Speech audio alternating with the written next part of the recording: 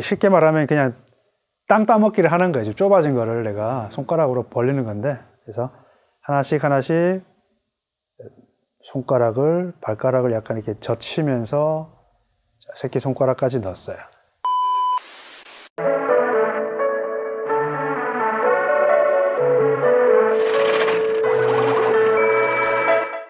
어떻게 이제 검색해서 하죠. 그래가지고. 이게 그 처음에는 재활의학과를 갔어.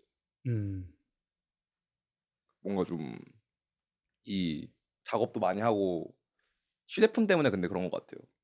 특히 이 자세가 약간 이 자세 알아? 이제 침대 이렇게 있으면 현대인의 가장 이 자세로 있는데 이제 사실은 요즘 나오는 콘텐츠들이 비자연적으로 도파민이 나오는 콘텐츠들이잖아. 막 숄츠나 이런 거 보니까 이게 사실은 자연스러운 상태이면 몸을 내가 계속 움직일 텐데 이게 뭔가 비자연적으로 자극을 주니까 몸을 안 움직여. 그래서 그 자세가 고정이야 그대로.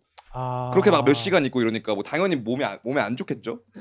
그래서 막 목도 아프고 막 이런데 찾아봐도 뭐 막 이런 거 있잖아. 뭐 이렇게 해가지고 막 이거 막 이런 거 하고 그 많이 알려져 있는 스트레칭 있는데 해도 잘 모르겠어. 그리고 이게 계속 아픈 거예요. 한 몇 년 가까이. 그래서 이건 한번 내가 재활의학과나 이런 데를 한번 가봐야겠다. 이러고 재활의학과는 갔는데 어디 병원인지 말을 안 할게요. 그냥 갔는데 의사분이 있고 이제 뭐 얘기 뭐 어디 아픈 뭐 엑스레이 찍고 했는데 뭐라고 했대? 기억이 잘 안 나네요. 뭐라고 했더라? 디스크라고 제일 많이 네. 이야기하고 뭐 디스크라고는 말 안 했고 그냥 뭐 뭘 어쨌든 경추 뭐 휘었다 뭐 D자 뭐 이런 얘기 많이 나오잖아. 맞아 뭐 거북목에 뭐 이거니까 짧게 얘기했어. 그리고 뭐 맞다 디렉이 그래서 60분 하면은 5분 동안 일어나서 60분마다 5분마다 일어나서 스트레칭을 해라. 그리고 that's end of the story. 그리고 이제 그 뭐라고 해야 되지? 이걸 해주시는 분이 뭐라고 하죠? 물리치료사. 네, 그래서 물리치료사한테 보내. 그렇게 5분 얘기하고. 그래서 이제 그분이랑 하는데 오른쪽 어깨가 뭐 올라가 있는데 이게 뭐 왼쪽이 뭉쳐서 그렇다. 그래서 왼쪽 어깨를 졸라 풀어. 시원하긴 한데 받으면서도 이거는 증상 완화인데 일회성. 코어로 뭔가 이거는 치료가 안 되는 느낌인 게 바로 느끼는 거야. 그래서 이제 나와서 이제 바로 찾아봤지. 다른 데 찾아봐야겠다. 그래서 집 주변으로 검색을 하는데 그때는 백앤넥이 거기였잖아요. 용산역이었잖아요. 잠시만요. 진짜 움직여야 돼. 용산역이었는데 이제 네이버 들어가서 이제 좀 처음 재활의학과 간 데는 그냥 검색해서 뜬데 아무데나 간 거거든. 근데 이제는 좀 사이즈업을 해야겠다.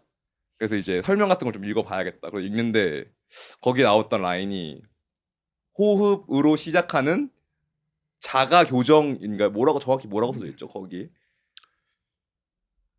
자가 교정, 뭐 호흡으로 시작하는 저도 잘 몰라요. 잘 이게 네. 하도 많이 뭐 해가지고 자가 교정, 자가 이완, 뭐 하여튼. 그러니까 그래서 내가 느낀 건 어떤 거였냐면은 호흡과 뭔가 이런 발바닥 이런 자세로 시작해서 내가 내 스스로를 고치는 약간 물고기를 잡는 법을 알려주는 그런 느낌인 거야. 그리고 제가 또 호흡 많이 하잖아요.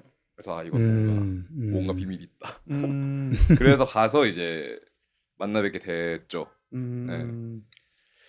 맞아요. 이게 처음에 이렇게 봤을 때 아티스트 분들이 대부분 다 비슷하잖아요. 이게 앉아있는 시간 많고 다 이게 뭐 축 늘어져 있고 그러니까 대부분 목이 아픈 사람들이 제일 많고 목이 아프면은 동반되는 이 콤보가 뭐냐면은 뭐 소화불량.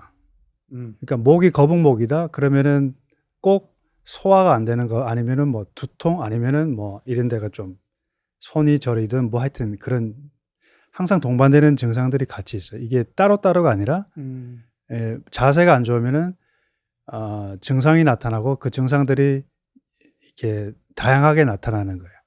이제 허리가 안 좋은 사람들은 장이 안 좋은 사람들이 많아요. 근데 그게 그럴 수밖에 없어요. 해박적으로 이 허리에서 나오는 신경, 허리하고 이제 뭐 밑에 천골, 엉치에서 나오는 신경들은 장 생식기하고 이런 데 다 그쪽으로 들어가거든. 여기서 특히 이제 모가리 윗등은 또 위장하고 소화기관하고 그쪽으로 또 신경이 그쪽으로 연동돼 있고, 그러니까 뭐 당연한 거죠, 어떻게 보면. 그래서 제가 처음 해봤을 때 하여튼 이런 모습이에요. 어깨는 이렇게 올라가고 등이 쪼여 있고, 대부분 긴장하는 사람들 이렇게 이런 느낌. 쭉 이렇게, 그죠? 다 이래요. 이러지 않은 사람 저는 한 번도 못 봤어. 다 이게 쭉 늘어져 있고 이러고 있고. 한국 사람들이 그런 체형이 더 많나요? 제가 생각하기엔 뭔가 스트레스가 좀 더 많으니까 아무래도 어깨가 더 쪼여지지 않을까라는 생각이 드는데. 예, 저는 이제 미국에서 그 카이로프랙틱 클리닉에서 이게 그 백인들이 이렇게 엑스레이를 많이 보면은, 백인들은 사실 이 목의 커브가 대부분이 커브가 있어요. 네. 그다음에 그 등 흉추라고 하는 등은 원래 이렇게 뒤로 이렇게 나오거든요. 예, 카이파리에서 이게 후만의 커브가 있고, 그다음에 허리는 또 들어가 있고. 그러니까 허리하고 목은 같은 커브예요. 들어간 커브. 처음에 아기가 엄마 뱃속에 있을 때 이렇게 웅크리고 있잖아요. 머리가 이 배에 붙어 있다고. 그러니까 등은 원래 이게 프라이머리 커브라는 거, 원래부터 있는 커브고, 아기가 나와서 이제 막 이렇게 엉금엉금 막 걷고 목을 쳐들고 안고 뭐 이렇게 하면서 그런 이제 목 커브, 허리 커브가 발달이 되는 거예요. 이게 세컨더리 커브라고 그래. 네. 그러니까 인종이, 저는 그렇게 생각해요. 한국 사람들은 등이 진짜 이렇게 있는 사람들 별로 없어요. 다 좀 일자가 다 많죠. 일자가 많아요. 그러니까 플랫백, 그다음에 어깨는 라운드 숄더. 그러니까 음. 우리가 구분등이라고 하는데 사실 구분등이 아니라 한국 사람들은 편평등에 어깨가 굽은 사람들이 많은 거예요. 그런데 외국 애들은 등이 좀 있고 있는 편이 많고 커브가 조금 이렇게 윤곽이 있는 사람들이 많고요. 오히려 목이 진짜 그 하이퍼 이렇게 엄청 크게 휘어진 사람도 많아요. 우리는 일자 아니면 이렇게 리버스로 된 사람들이 많고. 그래서 저는 그거 모르겠어요. 왜 인종의 차이지 않을까라는 생각도 분명히 해요. 자궁 속에서도 웅크릴 수 없는 한국의 아기들. 뭔가 자세라는 것 자체가 말씀하시는 걸 들으니까 조금 더 뇌와 정신에 많이 연결이 되어 있다라는 생각이 들거든요. 이게 말하신 것처럼 긴장한 상태니까 어깨가 이렇게 좀 더 올라가 있고, 그게 결국에는 정신적인 상태를 리플렉트 하는 자세인 거잖아요. 그거 자체가. 그렇죠. 뭔가 그래서 이게 조금 더 정신적인 걸 수도 있겠다라는 생각이 들기도 하네요. 그게 맞아요. 이제 이런 이야기하면 이건 좀 약간 좀 너무 깊게 들어가면 좀 조심스럽긴 한데, 전 몸과 마음은 별개가 될 수 없어요. 제가 이제 처음에 20대, 30대까지만 해도 이제 졸업하고 이제 30대 한국에 와서 중반에 병원 일할 때는, 그때는 내가 치료만 잘하면은 사람을 다 고칠 수 있다고 그렇게 생각했었어요. 어떤 내가 치료를 잘하고 그 사람 잘 이렇게 문제점을 고쳐주면은 이 사람 다 웬만하면 좋아질 것이다. 그런데 이제 해보면 알잖아. 해보면서 쭉 하다 보면은 그게 아니라는 걸 이제 점점 더 느끼게 되고, 결국은 이제 아줌마들, 한국의 주 고객들은 이제 병원에 50대 아줌마들, 60대 아줌마들, 50대 아줌마가 제일 많은 것 같아. 그 사람들은 다 맨날 병원은 다 아프다고, 여기도 아프고 저기도 아프고.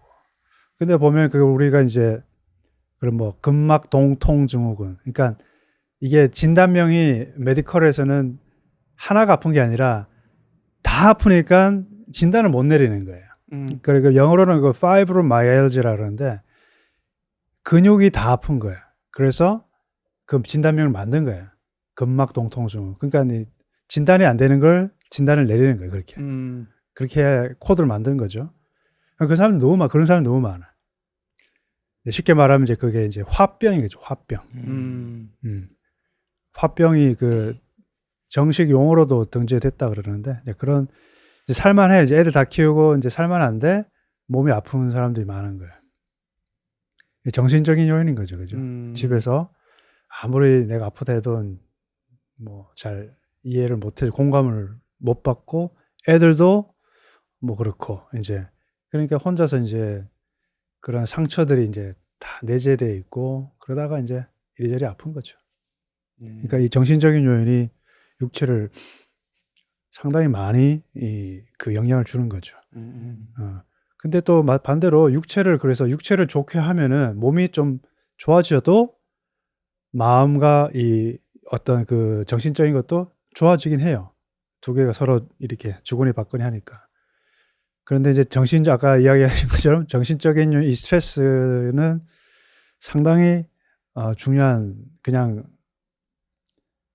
이렇게 뭐 지나가는 그런 거라 놔두면 안 되는 것 같아요. 어떤 식으로 내가 좀 잘 다룰 수 있도록 스트레스가 나쁜 것만은 아니지만 이제 이게 너무 과하게 계속 지속되면은 그게 이제 몸에 분명히 안 좋게 하니까.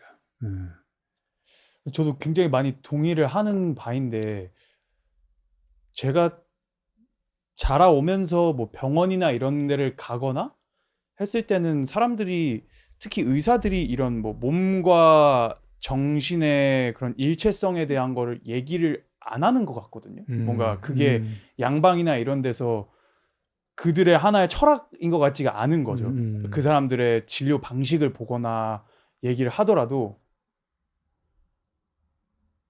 그거를 하나의 뭔가 자기네들의 철학이라고 받아들이지 않고 어떤 증상을 계속 완화하는 방식으로만 진료를 한다고 저는 느끼거든요. 치료 방식이나 뭐 약을 처방하는 거나 그런 것도 다. 맞아요. 근데 어떻게 선생님의 그 접근 방식은 조금 더 그런 홀리스틱한 어프로치를 가지고 계신 거예요? 뭔가 그 카이로프랙틱이라는 그쪽이 조금 다른 방식의 의학이라고 이해하면 되는 건가요? 그렇죠. 이제 출발부터가 다르다고 저는 좀 생각하는데, 그러니까 우리가 알고 있는 일반 메디슨은 정통 의학, 그러니까 지금 의사분들이 하는 거는 그냥 증상이 나오고 진단이 나오고 그 진단이 나온 걸로 처방을 하는 거죠. 약을 처방하고 약물 아니면 뭐 시술 아니면 수술까지.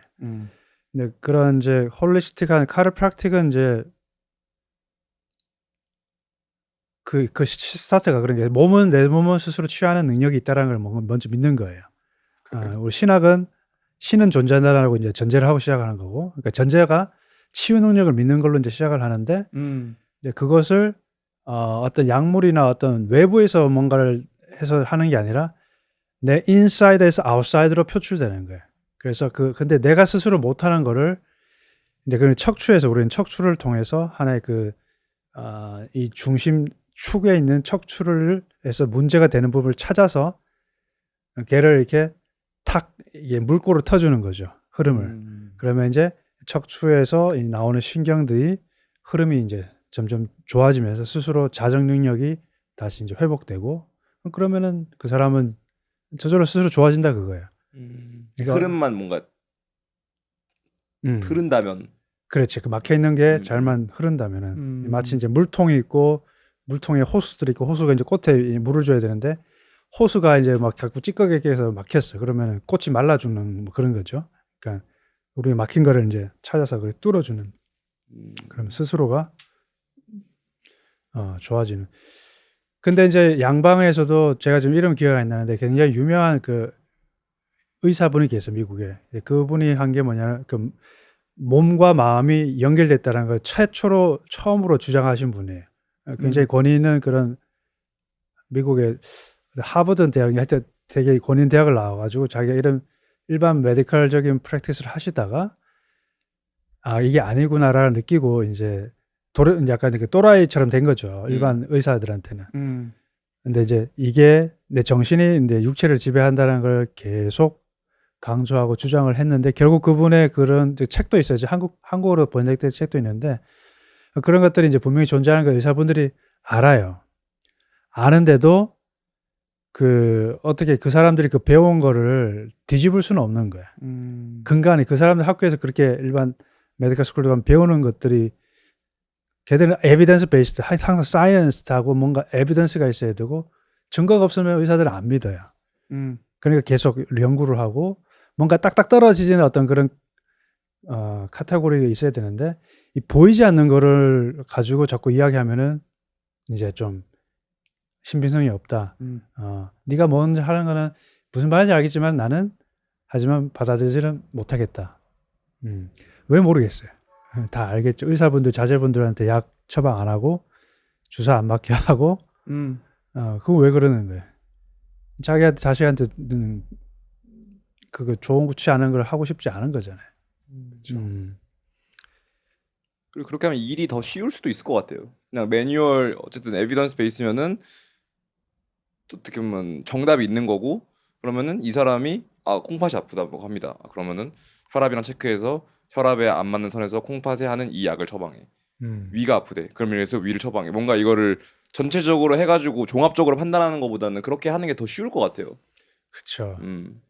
그러니까 지금 옛날에 우리 의사분 제가 어릴 때만 해도 의사 선생님 가면은 뭐 가정의학과 같은 그런 느낌인데 청진기 이렇게 등에다 대가지고 뭐 청진기 하고 두드려다 보고 항상 이렇게 손으로 뭔가 애들 만지고 촉진하고 이런 게 있었단 말이에요. 근데 요즘 의사분들은 이제 그런 걸 안 하죠. 그래서 다 찍고 그 영상의학과에서 사진 찍어 와서 보고 진단 내리고 촉진을 터치를 안 하잖아요.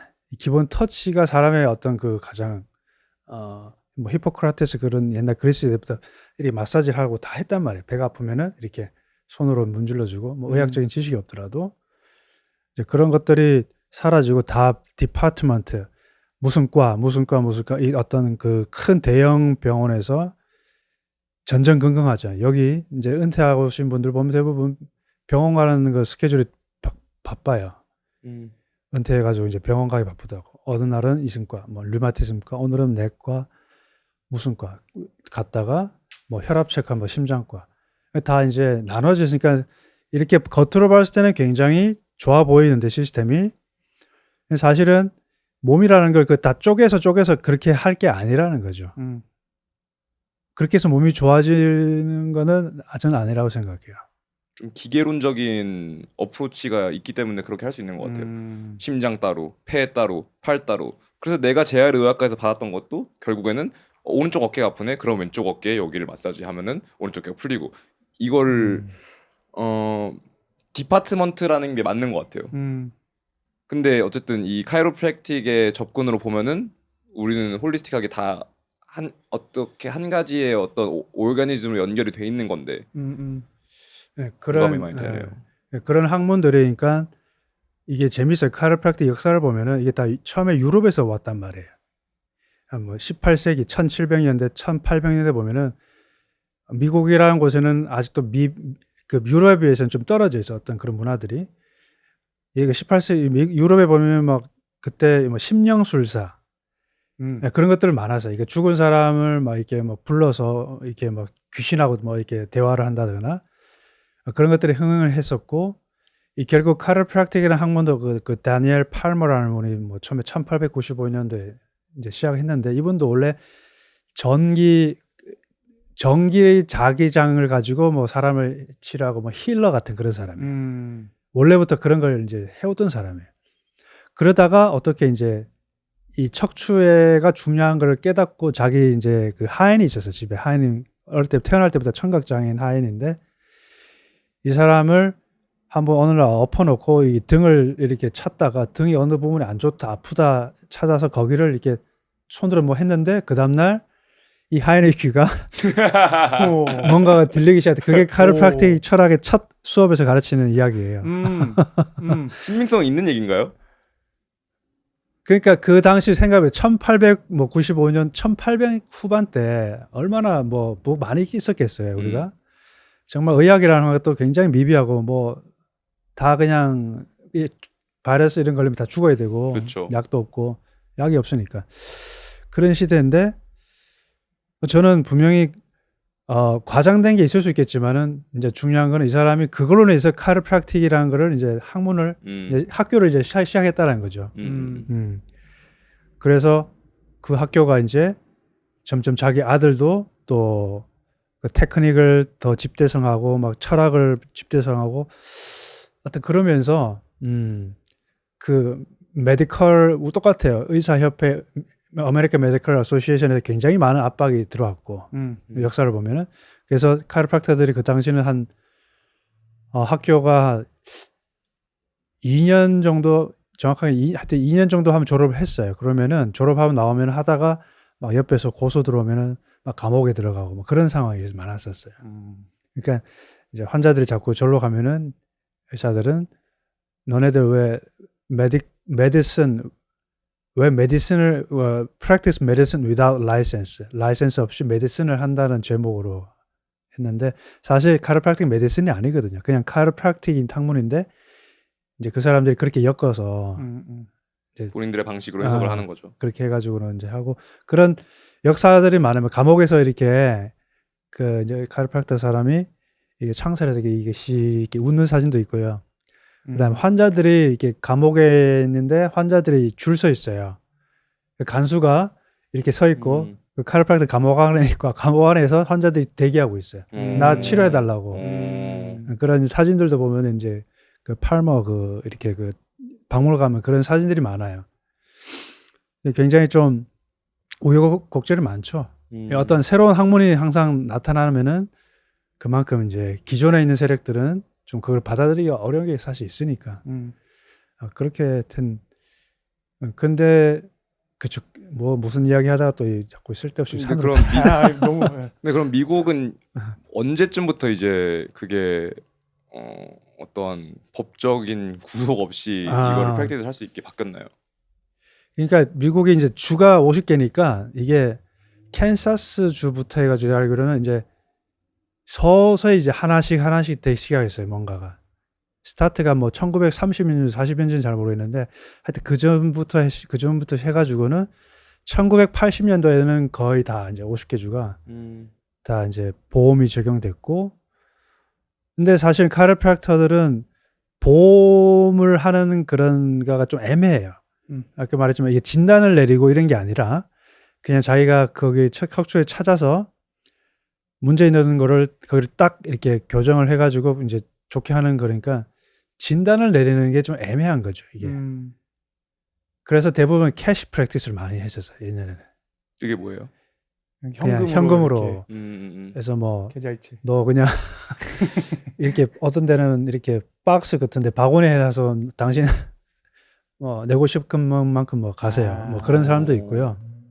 아니면 뭐 정확하게 뭐 $20, 뭐 $10 그런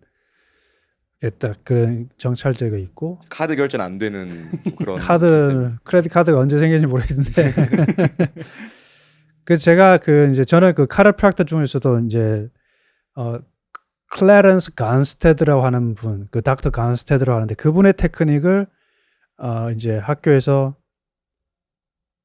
또 배우고 또 세미나도 많이 듣고 이제 개인적으로 많이 그 트레이닝을 많이 했는데 그 간스테드라는 그 닥터 간스테드는 이런 거죠. 굉장히 그 사람이 없으면은 카르프랙틱 히스토리는 굉장히 그 좀 의미가 없는 허리멍텅한 그런 역사가 될 뻔해요. 그 사람이 하나의 아주 큰 획을 그은 사람이에요. 어떤 진단부터 그 사람이 하는 치료 방식 그 1920년대부터 해서 이제 한 78년도까지 하셨는데 그분의 그 방식이 지금 미국에서 계속 세미나를 통해서 하고 있고 뭐 유럽에서도 하고 일본에서도 했었어요. 요즘은 안 하는데 어떤 그런 그 사람 했던 그것이 계속 전승이 되는 거죠. 저도 학교 다닐 때 닥터 간스테드 배우셨던 그런 인스트럭터 하시는 분들한테 배웠어요. 굉장히 어떻게 보면 굉장히 그 소중한 거죠. 그 당사자를 배운 사람한테 뭐 내가 그 직접은 못 배워도 한 다리 건너서 배울 수 있고 그러니까 뭐라 해야 되나 좀 지금은 그런 게 다 좀 없어졌어요.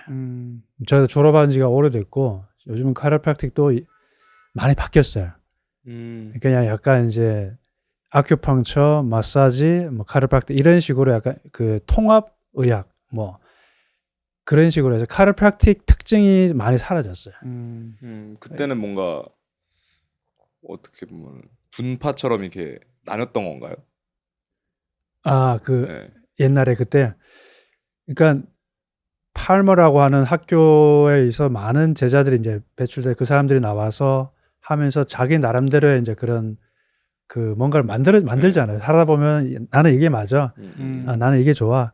뭔가 갈라지는데 이제 그 중에서도 저희들 말하는 그 풀 스파인, 그러니까 척추 24개를 다 이제 움직이는 어떤 이런 테크닉에서는 이 간스테드의 그 시스템이 제일 굉장히 그 파워풀하고 제일 효과가 좋다라는 거죠. 환자들이 그걸 이제 증명하는 거.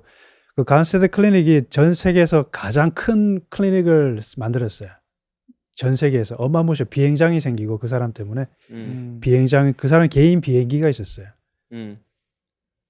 하여튼 어마어마한 환자들을 보기 때문에 그 클리닉 그렇게 크게 할 수밖에 없고 외국에서도 와서 치료 받을 수 있게 해주고 미국에서도 다른 주에서도 오고 그 시골 그 위스콘신에 있는 마운 호랩이라고 호랩산이라는 동네인데 진짜 시골인데 그 도 시골에 그 사람 클리닉을 해서 이 마을이 융성해지고 막 호텔이 생기고 음식점이 지역 생기고 경제 발전까지. 네. 어마한 걸 이제 하신 분이에요. 아마 그분은 그런 학문을 처음 시작했을 때 그 정도까지 규모를 이루려면 이게 진짜 효과가 있어야지만 그 정도까지 갈 수 있다고 생각하거든요. 왜냐면 맞아요. 뭔가 의학이라는 어떠한 명패가 있는 게 아니니까 그럴 때일수록 더 말씀하신 것처럼 감옥에 가는데 그냥 환자들이 이게 되니까 이 사람을 찾아갈 수밖에 없는 어떻게 보면 이게 이런 사람들이 진짜 고수라고 생각하거든요. 저는. 근데 말씀하신 그런 파가 나뉘고 이런 걸 들었을 때 생각했던 거는 제가 요가를 되게 좋아하는데 요가도 마찬가지로 그 구루들이 이렇게 나뉜단 말이죠. 뭔가 맞아요. 이 사람이 프랙티스하는 뭐 프라나야마 요가가 있고 그거는 척추만 하는 요가가 있고 그 사람이 또 자기 지도자들한테 이렇게 전파를 해서 그 사람들이 또 이렇게 계속 나눠지고 이런 스쿨들이 이렇게 있는 건데 그거랑 좀 되게 비슷하다라는 인상을 받았거든요. 뭔가 사람이니까 예. 사람이 모인 곳에 항상 네. 그렇죠 파가 생기는 것 같아요. 저는 약간 무협지 쪽.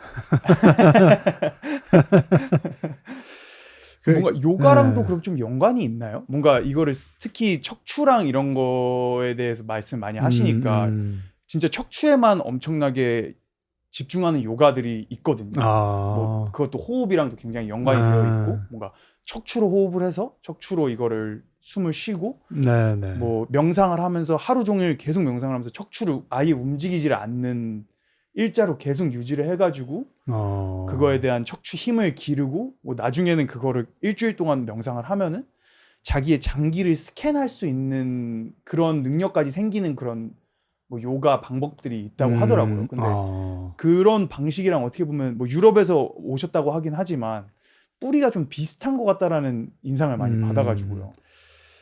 제가 그때 한번 유명한 요가 강사분이신데 그분이 인도에서 이제 요가 뭐 하타 뭐 그런 이름이 있잖아요. 네네. 뿌리 있는 거기 직접 배워서 하신 분인데 삼성에서 이제 그런 삼성 직원들이 그 이렇게 동해안 쪽 가면 휴양지 있거든요. 이게 쉬는 곳 그런 데서 이제 강의도 하고 삼성 직원들 따로 막 이렇게 시큐리티 체크 엄청 빡시게 하는데 그런 하는 이야기를 그분을 하고 이제 그분이 허리가 아파서 저를 한번 찾아온 적이 있어요.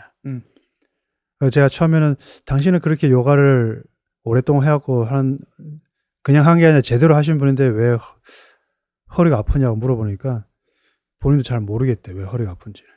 하여튼 허리가 아파서 제가 그 사람을 이렇게 하면서 운동도 제가 하는 그 트레이닝도 하고 하니까 되게 유사한 게 많다라는 거예요. 그 사람들은 요가는 이제 수련이고 명상이고 이제 해부학인 이런 쪽보다는 그냥 수련 명상 쪽이 많은데 그래서 동물들의 자세를 많이 하잖아요. 뭐 무슨 호랑이 자세, 고양이 자세, 뭐 비둘기 자세.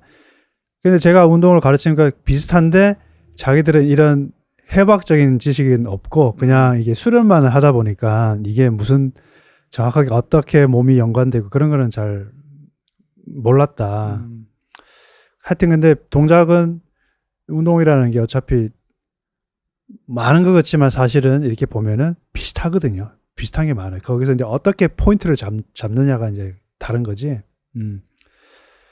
뭐 모르겠어요. 카이로프랙틱이 이제 뭐 요가가 이게 다 어떻게 보면 약간 홀리스틱한 뭐 어프로치를 하는 것들인데 이거를 누군가가 정말 잘 풀어내서 정말 좋은 시스템을 만들고 그걸 위해서 굉장히 노력을 하고 그러니까 뭔가 배울 수 있도록 제자를 양성하고 그냥 나 혼자만 내가 최고야.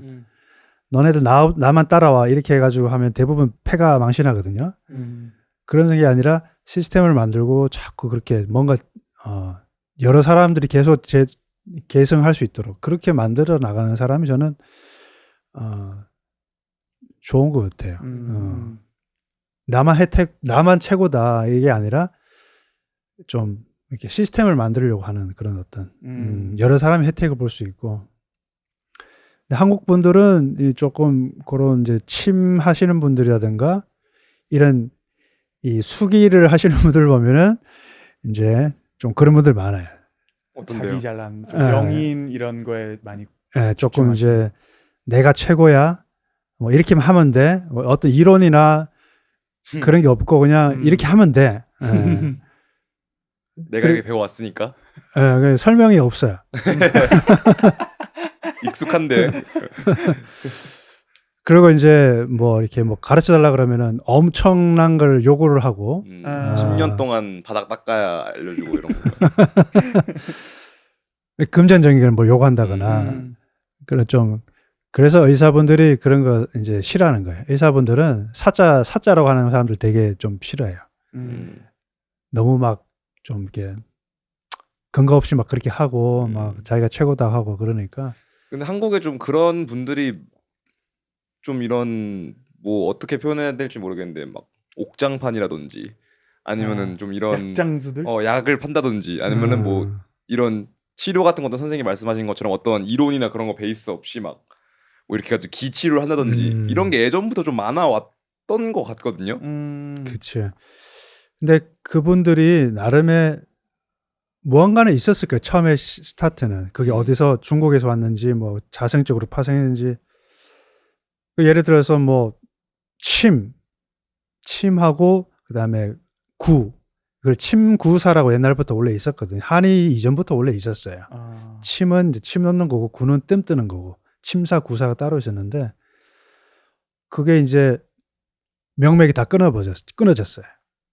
그러니까 진짜 정통 한의 옛날에 우리 조선시대에 뭐 허준처럼 장침을 뭐 이렇게 장기에다가 깊이 넣고 뭐 뇌에다가 깊이 이런 거 있잖아요. 이런 분들은 지금 모르겠어요. 지금 살아 계신 분들이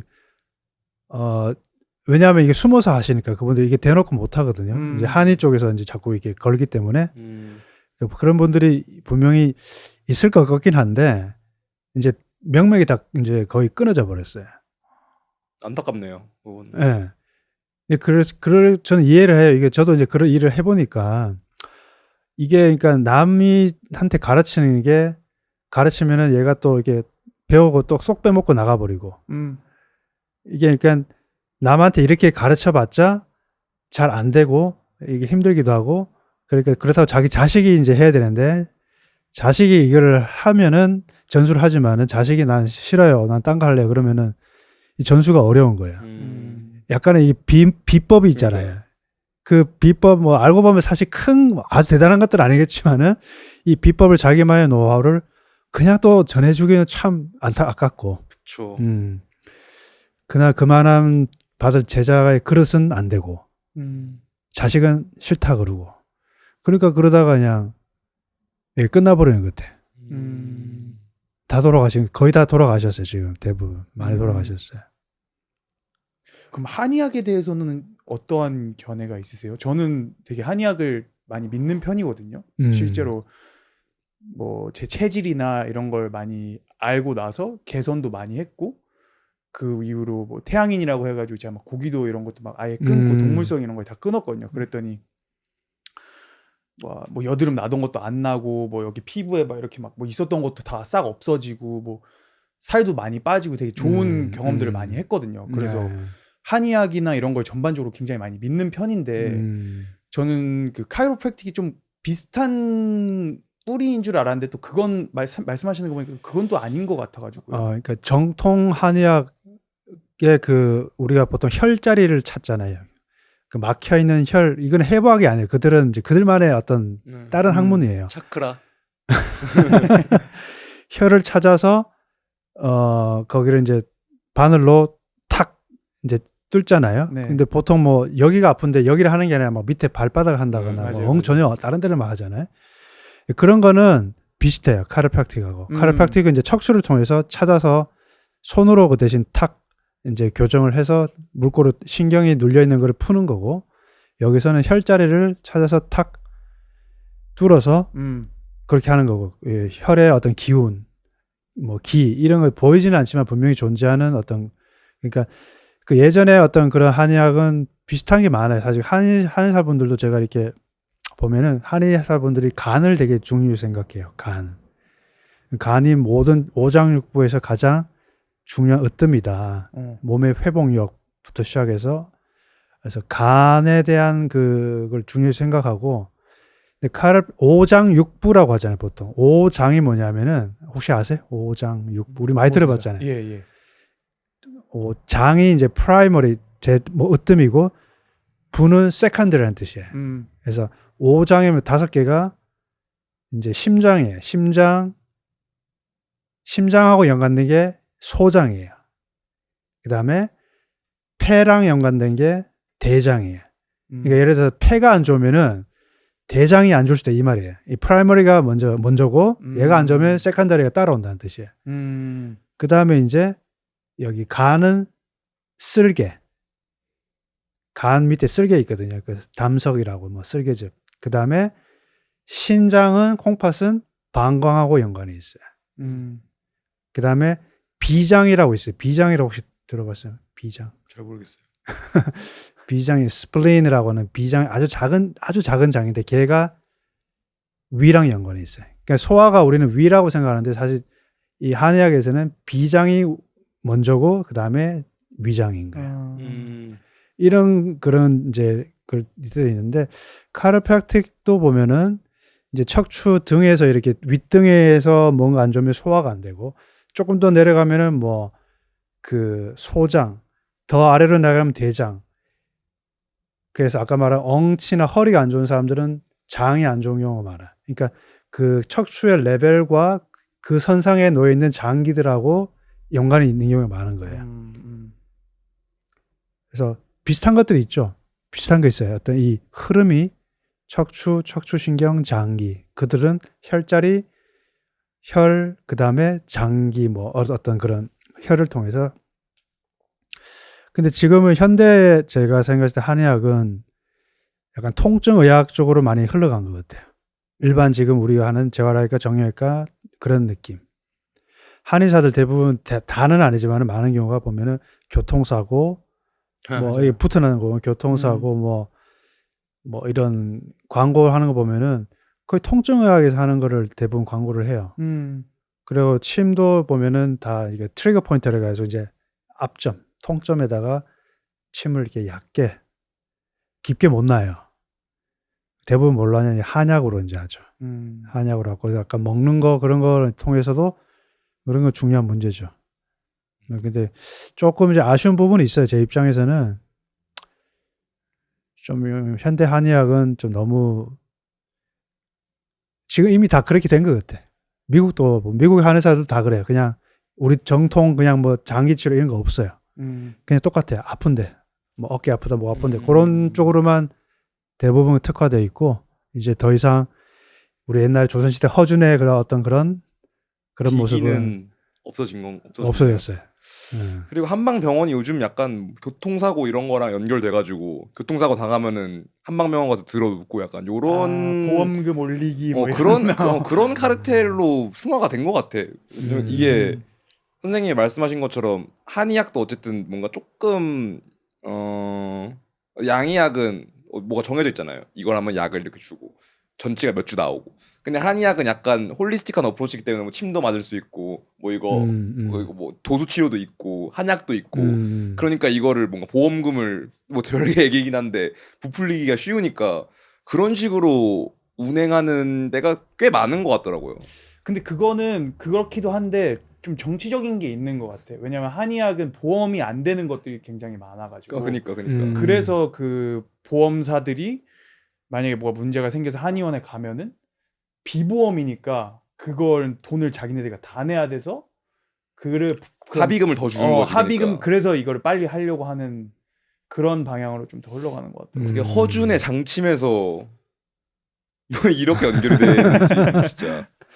그래도 저는 그 팔체질이나 뭐 그런 체질 체질. 사상의학 네. 이런 거는 되게 좋아요 그런 거. 좋다고 생각하거든요. 네, 좋은 왜냐면은 거예요. 조금 맞아요. 더 장기와 뭐 내 맥이 어디서 뛰고 나의 뭐 그 상을 본다 그러잖아요. 뭐 맞아요. 골상부터 시작해서 뭐 그러니까 뼈대부터 시작해서 뭐 수상도 있고 족상도 있고 관상도 있고 그런 거를 좀 더 홀리스틱한 거를 통해서 그리고 또 뭐 장기가 어느 장기가 더 크고 어느 장기가 더 작고 뭐 장기의 위치 뭐 순서 뭐 이런 것들을 기반으로 어떠한 말씀하신 것처럼 시스템을 구축을 한 것 같아요. 그러니까 그 많이 그냥 해서 얼굴 보고 너는 뭐네 이게 아니라 뭔가 조금 더 그건 관상 아니야? 그치. 그러니까 조금 더 뭔가 나름의 시스템을 구축을 해서 이런 장기와 이런 트레이트를 갖고 있는 사람들은 이런 거고 어떠한 트라이얼 에너들이나 이런 걸 통해서 그런 사람들은 뭐 고기가 안 맞는다. 그런 걸로 좀 시스템을 많이 구축하신 네. 의사분들이 되게 많은 것 같더라고요. 뭐 제가 알기로는 뭐 권도원이라는 의사님도 있고 뭐 허준도 있고 뭐 그 태양인 이재마 뭐 이런 사람들이 그런 걸 많이 했다고 해서 처음에는 저도 막 외국에서 자라고 했으니까 부모님이 한의원에 가보는 거 어때 했을 때 그런 사이비 안 믿는다. 뭐 나는 내 처음 그건 그거였죠. 뭔가 이 서양 양방 이런 그게 거에 베스트. 너무 인덕션 돼 있으니까 이거 그렇죠. 말고는 뭔가 다 좀 사기 같은 거지. 음. 근데 막 피부에 막 뭐가 나가지고 뭐 피부과도 가보고 했는데 뭐 맨날 스테로이드 같은 것만 주고 증상 완화. 홀리스틱한 게 하나도 없는 거야. 오히려 계속 부작용만 더 나고. 그래서 한의원에 갔는데 넌 이거가 이렇게 뭐 넌 스님처럼 살아야 된다. 뭐 이렇게 하는 거야 오히려. 오케이. 뭐 찬물로 샤워하고 너의 몸은 뜨거운 편이니까 찬물로 샤워를 해야 되고 먹는 것들이 몸을 식혀주는 것들이 중요하고 뭐 이런 식으로 얘기해요. 너는 간이 안 좋고 폐가 크니까 너가 말을 하는 걸 되게 좋아하고 뭔가 뭐 그런 식으로 되게 엄청 원초적인 그런 진단 자체를 상 자체를 봐주는 거예요. 그래서 가고 나니까 뭔가 나에 대한 이해도가 더 많아지고 내가 어떻게 하면은 매일매일 실천할 수 있는 가이드라인이 주어지니까 그걸 살았더니 또 효과를 보는 거야. 피부로 보는 거야 그거를. 그러니까 뭔가 이거를 안 믿을 수가 없는 거지. 효과를 봐버렸으니까. 근데 내가 봤을 때 뭔가 그 한의학 쪽으로 가는 그 경로가 되게 안타까운 게 막 일단 양방에 먼저 가. 나처럼 뭔가 양방에 먼저 가. 근데 이 시스템에서 페일을 해. 여기서 뭐 내 피부 이런 것뿐만 아니라 뭐 불치병일 수도 있어. 여기서는 이 병에 대한 이해도를 아예 없어. 이거는 우리가 뭐 몰라요. 뭐 그냥 스테로이드만 줘. 그러다가 이제 부작용이 더 심해지고 여기 이 시스템에서 페일하니까 그럼 이제 막 그런 고수들을 찾으러 다니는 거야 사람들이. 그렇다 보니까 막 말씀하신 뭐 언더그라운드에서 되게 하는 뭐 장침 막 이런 사람이 있대. 뭐 아니면 뭐 수지침, 한의학 그때 사람들이 그런 경우로 많이 빠지는 것 같거든. 근데 이제 거기서 그런 사람들도 있고, 근데 진짜로 이런 선생님이 아까 말씀하셨던 것처럼 이론 없이 뭔가 말 그대로 그냥 돌팔이의 그 지뢰도 어쨌든 유의를 해야 되는 거잖아. 그래서 이런 시스템이 조금 그런 정말 몸을 생각하고 신경 쓰는, 그리고 이거에 대한 진짜 유스풀한 지식이 있는 사람들이 더 치료를 할 수 있고 그 사람들을 찾아가기 쉽게끔 어떤 시스템이 만들어지면 좋을 텐데 지금은 뭔가 조금 뭔가 수학적인 느낌? 의사 대학 가서 4년 배우고 3년 인턴하고 2년 하면 면허 드립니다. 그리고 이 면허 있으면은 할 수 있습니다. 뭔가 조금 아쉽다?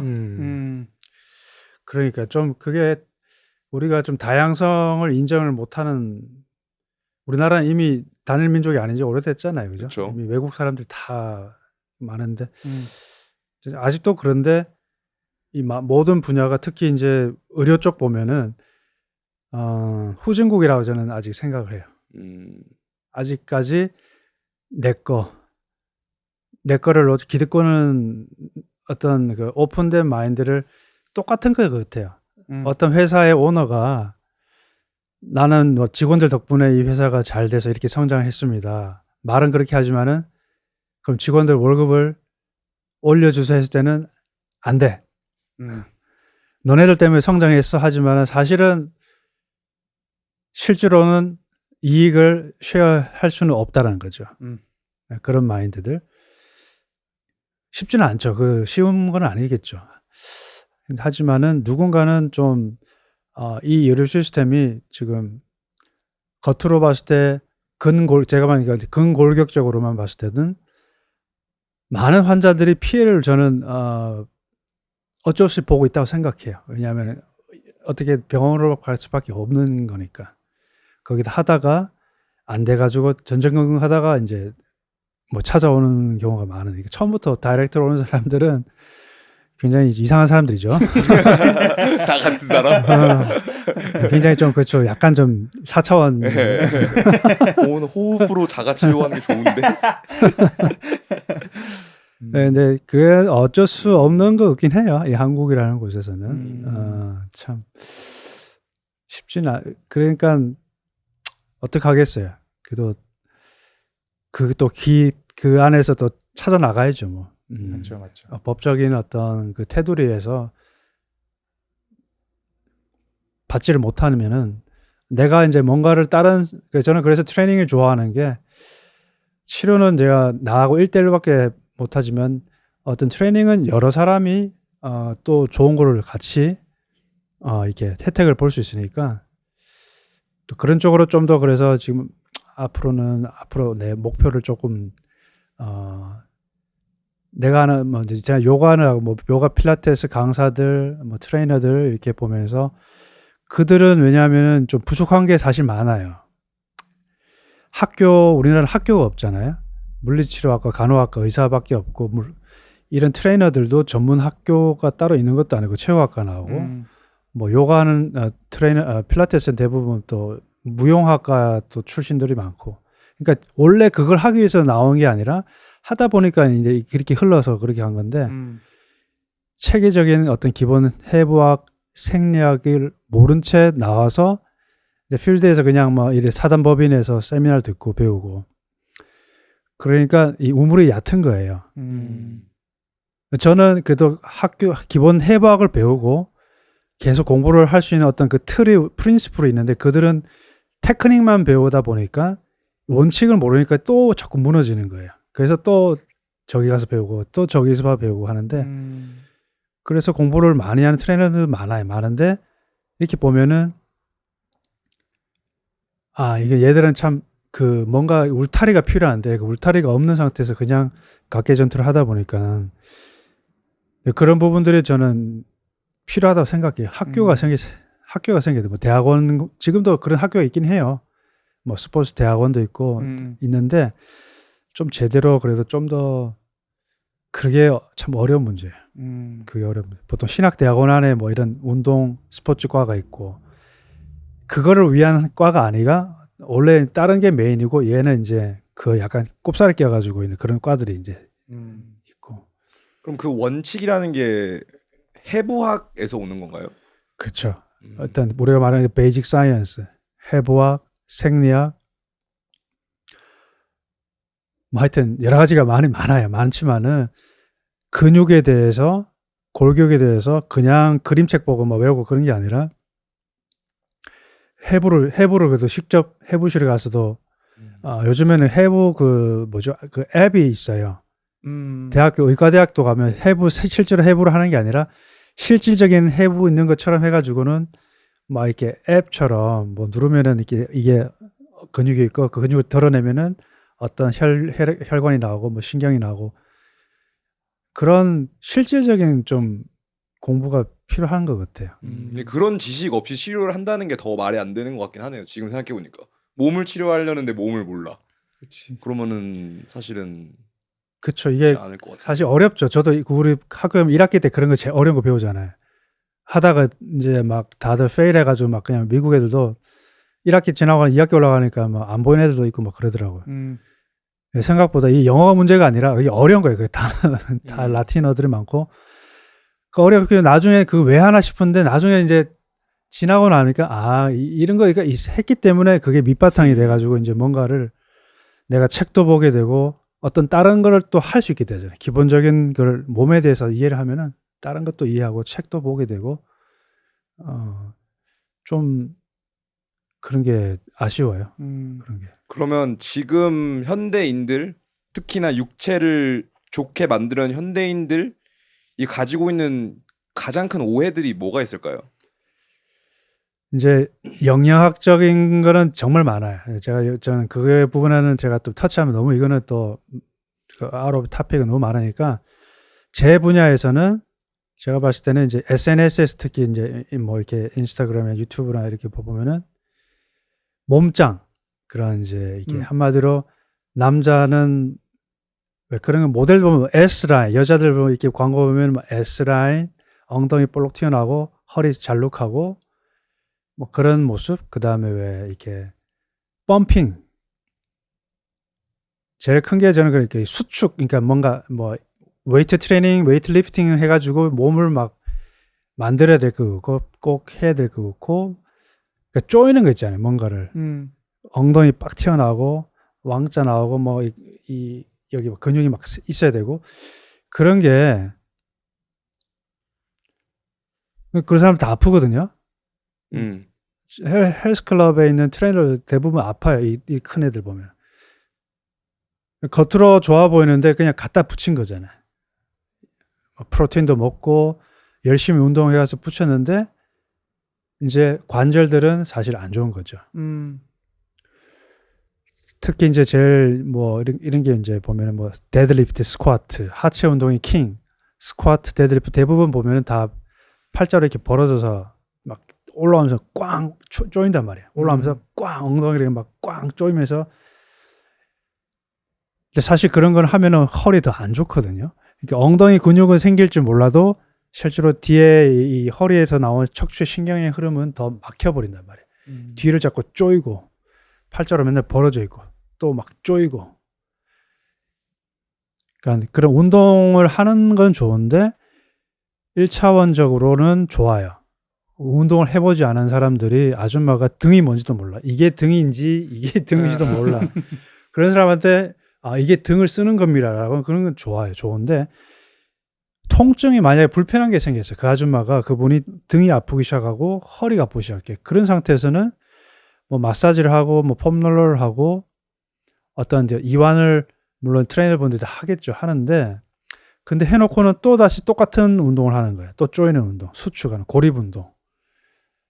그러면은 어떻게 보면 반복되는 거예요.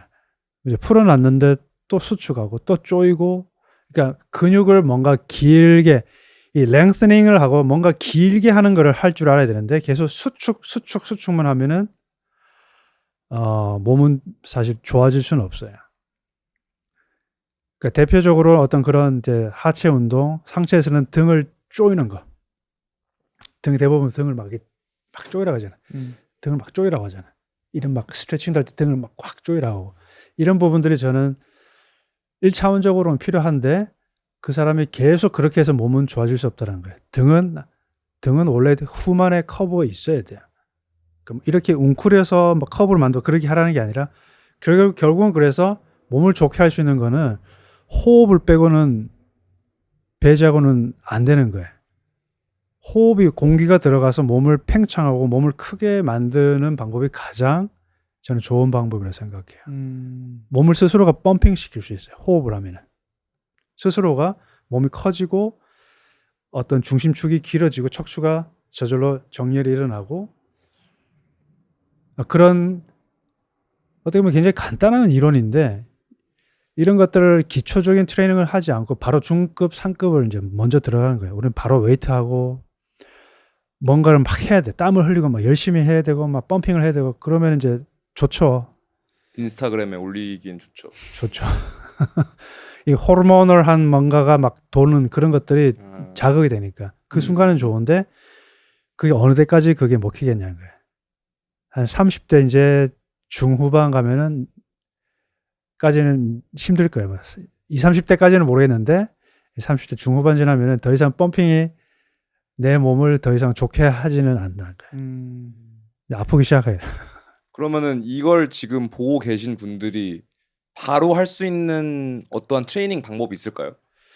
그래서 제가 이렇게 생각해 봤는데 좀 생소할 수도 있겠지만은 저는 이제 발을 우리 몸의 하나의 그 집안이라고 보니까 발을 뭔가를 좀 풀고 발가락을 늘 신발에 갇혀있던 발가락을 벌리고 그 발가락이 벌어지면은 몸이 좀 가벼워져요. 그러니까 집안부터가 밑에서부터 뭔가가 우린 잘 모르니까 늘 앉아 있고 해서 잘 모르는데 스트레칭 해보면은 되게 뻣뻣하단 말이야. 근데 발가락만 풀어도 하체가 좀 가벼워져요. 그래서 발가락 벌리는 거를 좀 한번 해보면 어떨까? 좋아요. 예. Okay, Matt. We're about to do toe stretch. Bring the camera out for the fans. 먼저 이제 본인의 한번 이렇게 발을 보면은 발들이 한번 이렇게 쫙 한번 벌려보는 거예요. 이렇게 쫙 발가락을.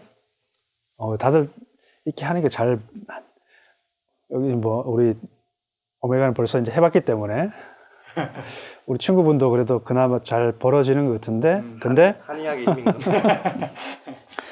이제 이렇게 해가지고 자 먼저 제가 이렇게 약간 이렇게 한번 얹어 볼게요. 다리를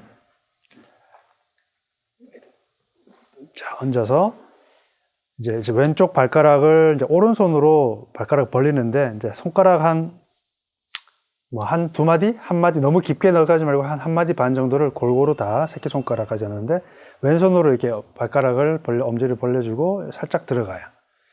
쉽게 말하면 그냥 땅 따먹기를 하는 거예요. 지금 좁아진 거를 내가 손가락으로 벌리는 건데 그래서 하나씩 손가락을 발가락을 약간 이렇게 젖히면서 새끼손가락까지 넣었어요. 자, 그 다음에 다시 한 번 더 왼손으로 한번 이렇게 쭉 젖힐 때 그 밑으로 좀 더 이렇게 밑으로 더 내려보세요. 더 들어가려 하지 말고 그냥 아래로 내리고 두 번째 내리면서 중지 내리고 세 번째 젖히면서 들어가고 자, 제일 중요한 게 새끼발가락이 제일 힘들어요. 제일 많이 이게 짜부져 스퀴즈 돼가지고 자 했어요. 이렇게 할 때 지금 좀 빡빡한 느낌이 들어요? 네, 타이트하죠?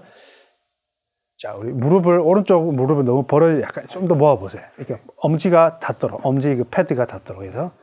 자, 그 다음에 이제 여기를 살짝 가볍게 당겨서 뒤쪽 이 종아리 아킬레스가 좀 길어지고, 그 상태에서 발가락을 꽉 주먹을 쥐듯이 발가락 힘으로 꽉 잡아보세요. 한 3초에서 5초. 다시 쫙 펴보세요. 필 때 조금 새끼손가락부터 조금씩 더 들어가 보세요. 더 들어가고, 조금씩 야금야금 조금 더 들어가요.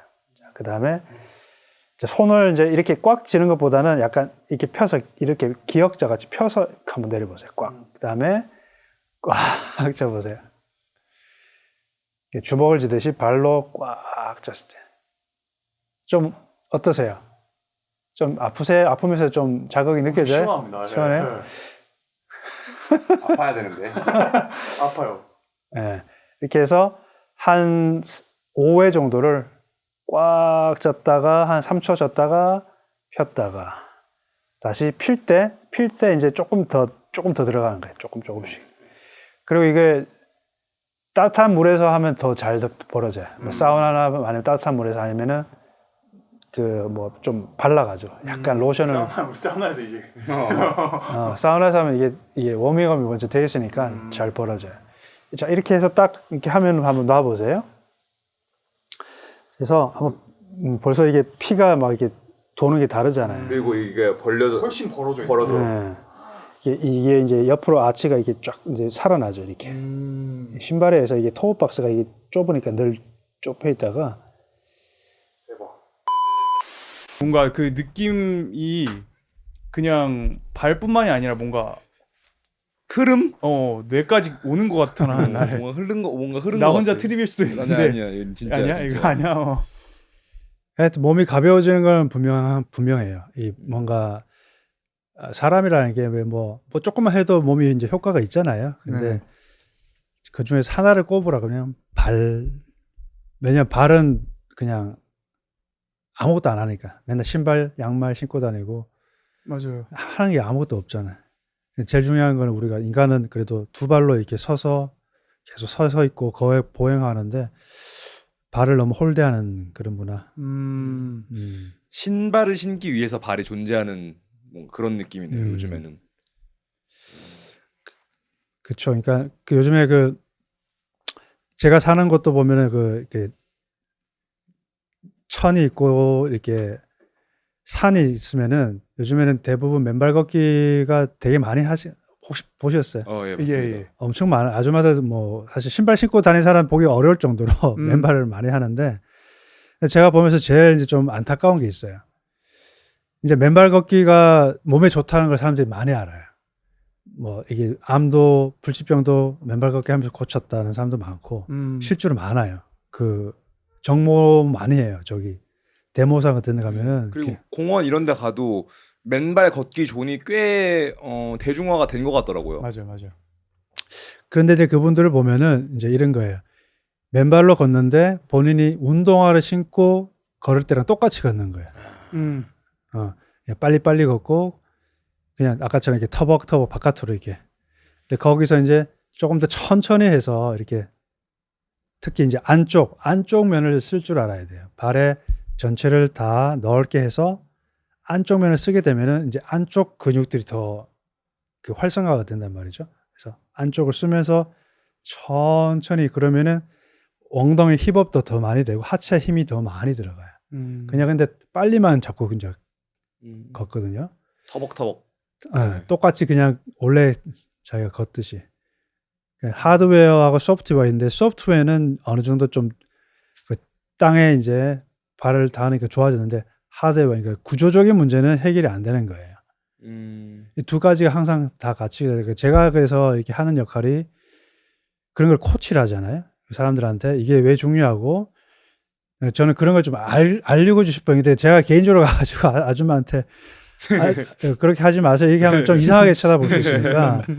근데 말해주고 싶은데 굉장히 답답해요. 이런 사람들 좀 모아놓고 한번 좀 왜 이렇게 걸어야 되고 이런 거를 해야 되는지를 좀 알려주고 싶어요. 좀 그런 경고문이나 좀 올렸으면 좋겠다. 맨발 걷기 앞에 쓸데없는 경고문 올리지 말고 약간 빠르게 걸으시면 안 됩니다. 천천히 걸어야 됩니다. 이런 경고문을 올리면 좋겠네요. 우리가 빨리빨리 이게 아줌마들 되면 성격이 더 급해지니까 천천히를 못해요.